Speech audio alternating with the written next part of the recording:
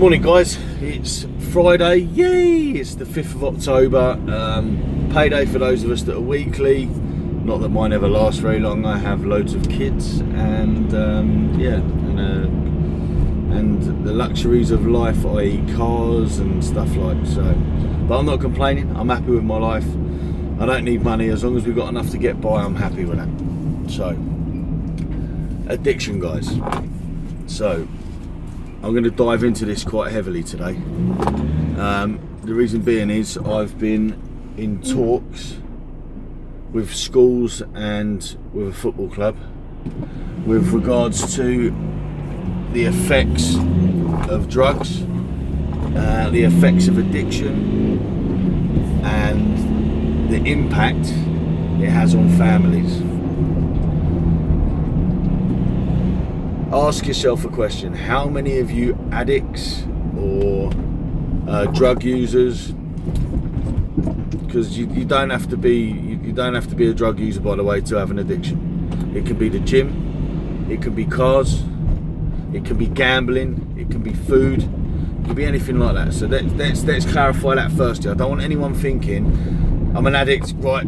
Instantly people think heroin. That is people's perception on addiction, is heroin.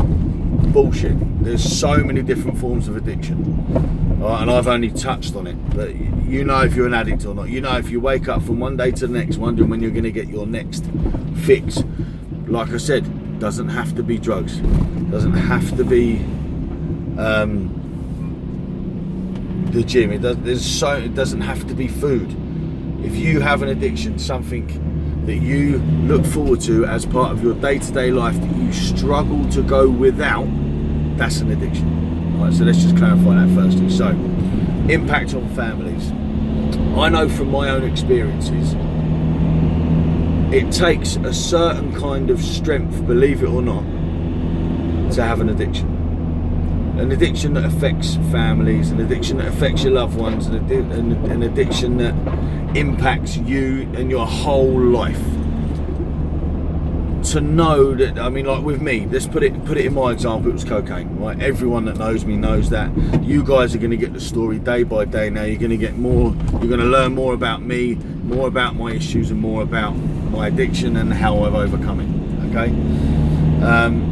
Bearing in mind, actually, let me just clarify, you don't ever get over addiction. It's always there. You don't ever get over it. You could think you're clear of it for 10, 12 years. I know of alcoholics that have been clean for 20 years.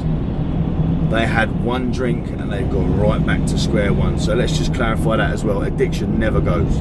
It's always laid dormant in the back of your head like a little ninja ready to attack you.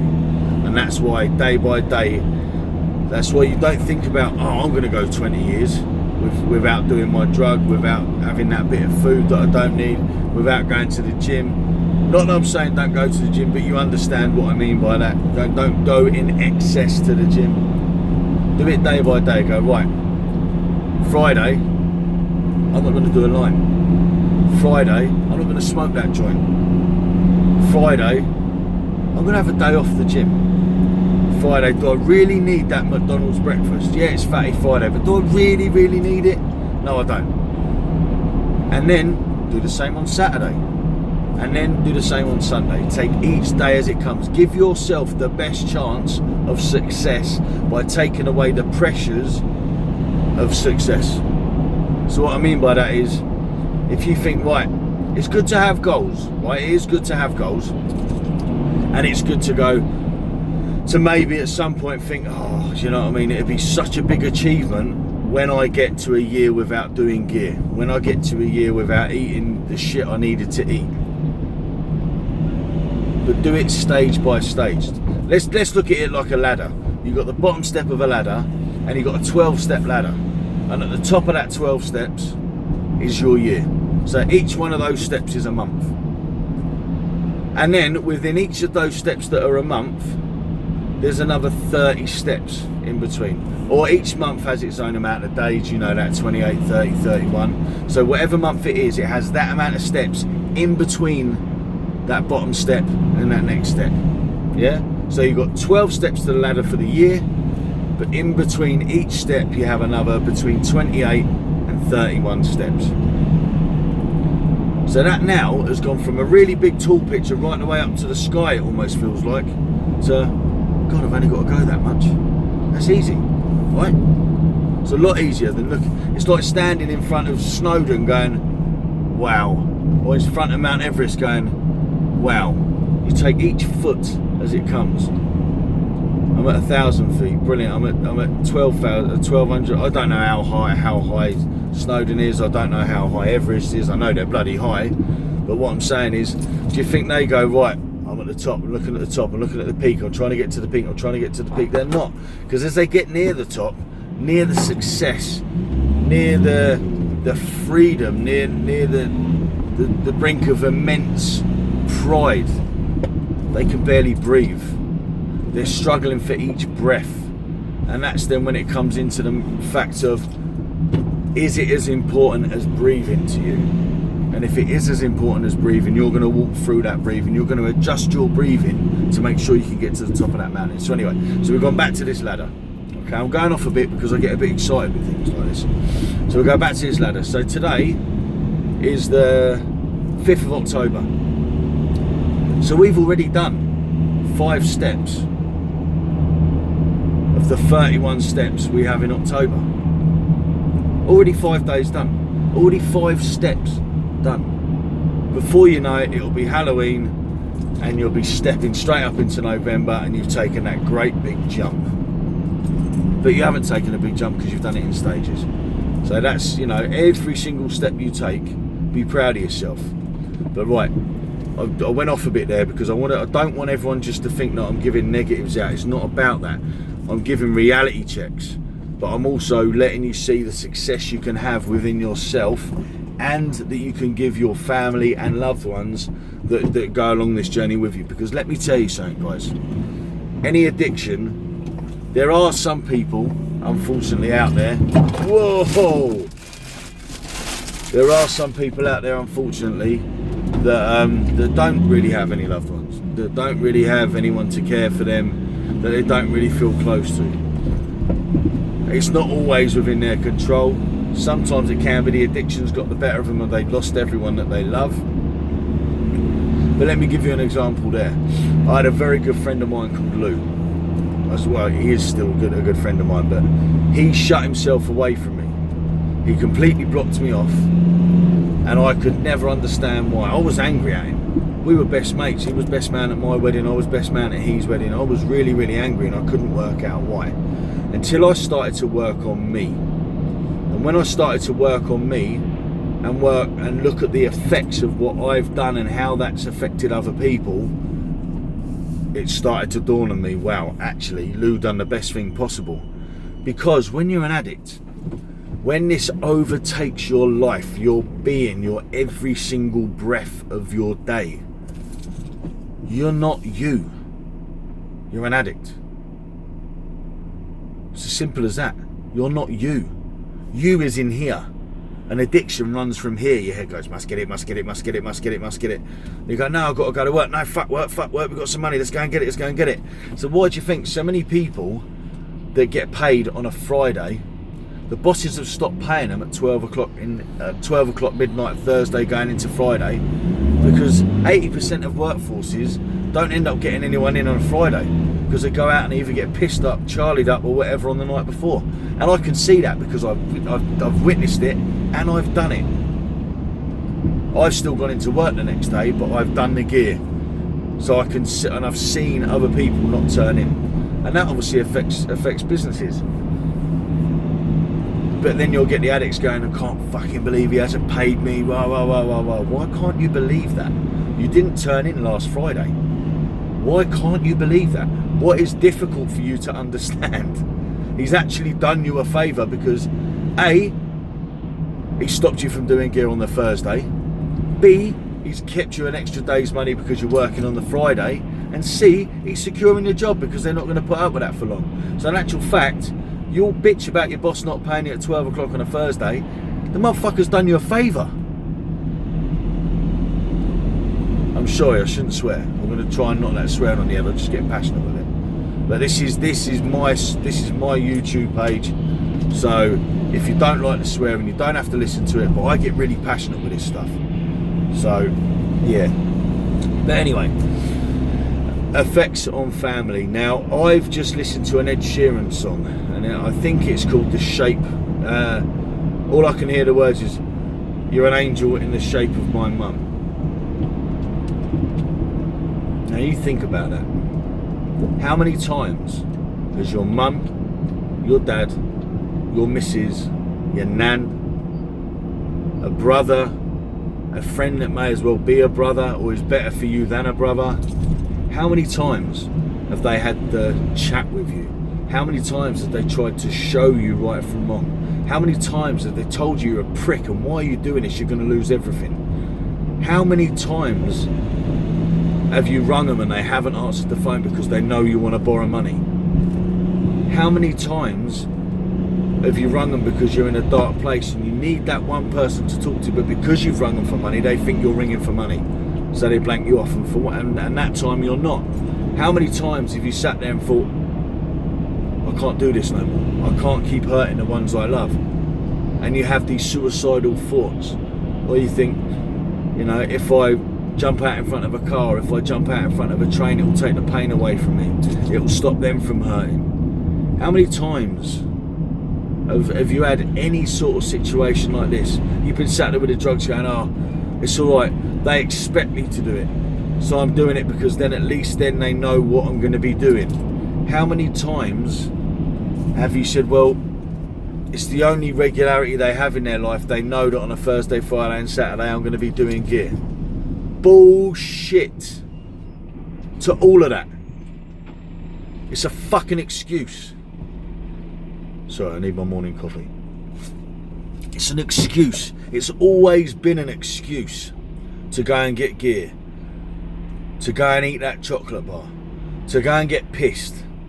You're always looking for excuses. That is what addicts do. And if you don't like what I'm telling you now, or you're getting angry with what I'm telling you now, good. I'm glad you are. Because that means I'm getting through to you. That means your brain is telling you, stop listening to that bald cunt. Stop listening to him.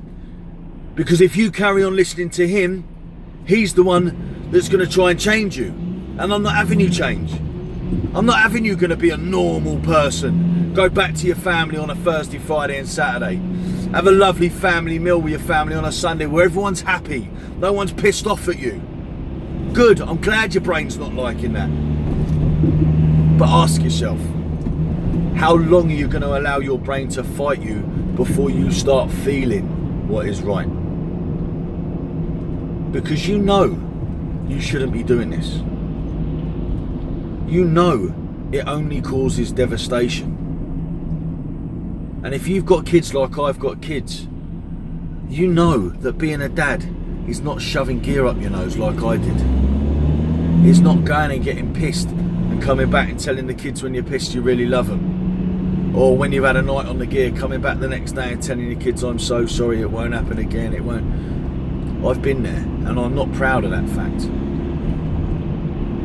But the only bit I do like about it is it's given me the experience to share with you guys, so hopefully you don't make those mistakes as well. But if you are making them, don't think you can't change. Don't think, well, fuck it, it's too late for me. It's not. It is never too late to change. I promise you, it is never too late to change. I'm 38 years old. I was 38 when I changed. So that tells you it's been within the year. My birthday's in March, we're in October. I'm very recently changed, but I am changed. 100% I am changed.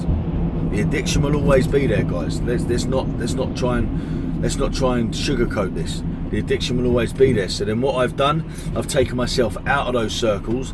I've taken myself away from those people. I've cut the people that are supposed to be friends out of my life. I've become a little bit secluded away from everyone. But you know what? I've come away from all those people when in actual fact, I had everyone I needed at home. I had my family. I had my missus. I had my kids. I had my dog. Although the dog's a new act, but I'm just saying there's some of you out there that have got dogs. I had everything I needed at home. But I spent so much time trying to get away from that. And I've got my issues, guys. All right, there's nothing you can throw at me that you say, oh, I've been abused. So have I. I got beaten by my dad. So have I. I've been beaten by my loved one. So have I. I got mixed up in drugs. I don't know how to get out of it. So did I. Yeah, but you don't know how much this addiction's hit me. I do. Done it. Yeah, but I've had mates die from it. So have I. My brother's died from drugs. So's mine. There's nothing you can throw at me that I haven't. My mate got murdered. I don't know how to deal with it. So did mine. I'm sick of hearing your bullshit excuses. I'm sick of hearing it. And if those people, your loved ones that have died, and you're using them as an excuse, they would be curling over in their grave, thinking that you're using them as an excuse to kill you. And do you know what? Not even just about you, but to kill your family as well. But that being said, everyone needs someone to talk to. Everyone needs someone to shed this load, to get rid of this load that they have on them. So this is what I'm going to do, guys. I'm going to throw out my email address to you. And if there's any of you that need to talk, any of you that need to vent, you can scream and shout at me with emails. I won't take it personal. I promise you I won't. I'm there for you. I'm there to help you. And I know this has been a bit raw this morning. It's been a bit passionate. It's been a bit real. But it's Friday, guys. And if you haven't already gone and got your drugs, if you haven't already gone and eaten that shit, if you haven't already gone and spent your money, today's going to be the day you're going to do it. Don't. What's more important in your life? The most important thing in your life is what? Family, my mum, my mates, my this. No, you. You're the most important person in your life. Don't fuck you up.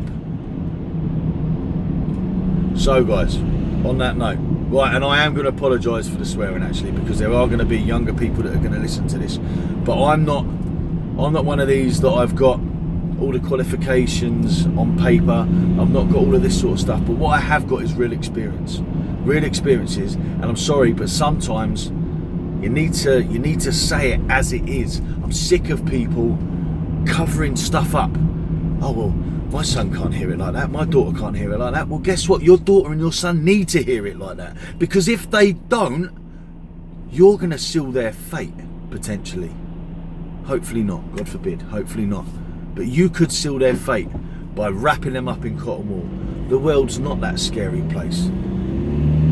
The world can be the most beautiful of places, but it can drag you down in the trenches, and it can be hell.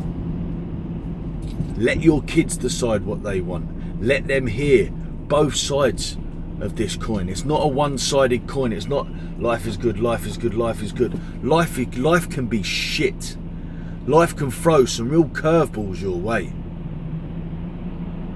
But these kids, these young adults, everyone need to understand the devastating, life-changing, detrimental and paralysing effects that crime, drugs, addiction, low self-worth, all of these sort of things can have.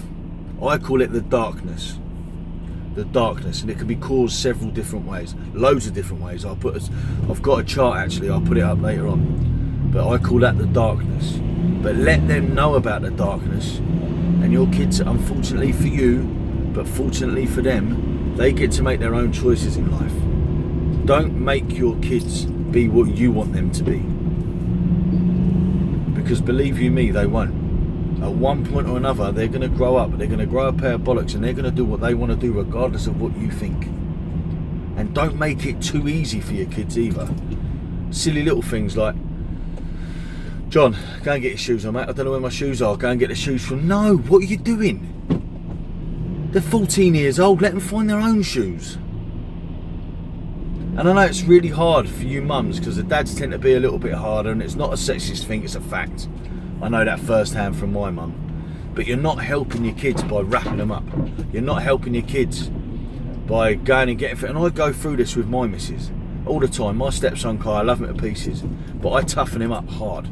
And I don't mean I beat him or anything like that. I've never ever laid a hand on my kids, and I never would. And for those of you that know me, and that's another story, I went through that as a kid, so that would never happen. But I will give him tough love.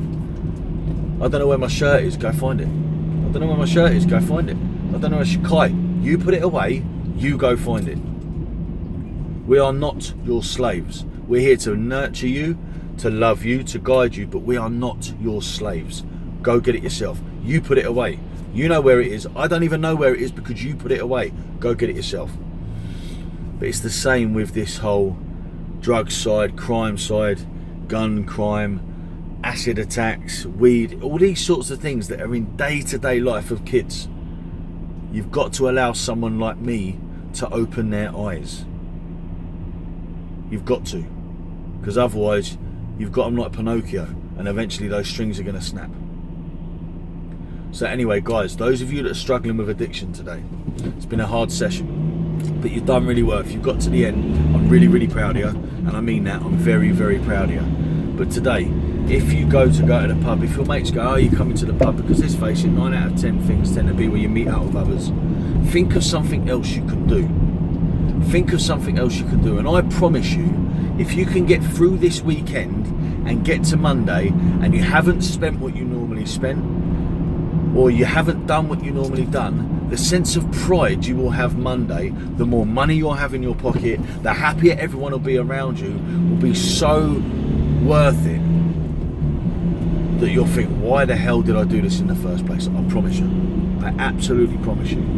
Right, so from me to you guys, have a brilliant weekend. If anyone's struggling, again, the email address is loudimpact and the numbers 2018@gmail.com. So that's loudimpact2018@gmail.com, or send a message on the YouTube site.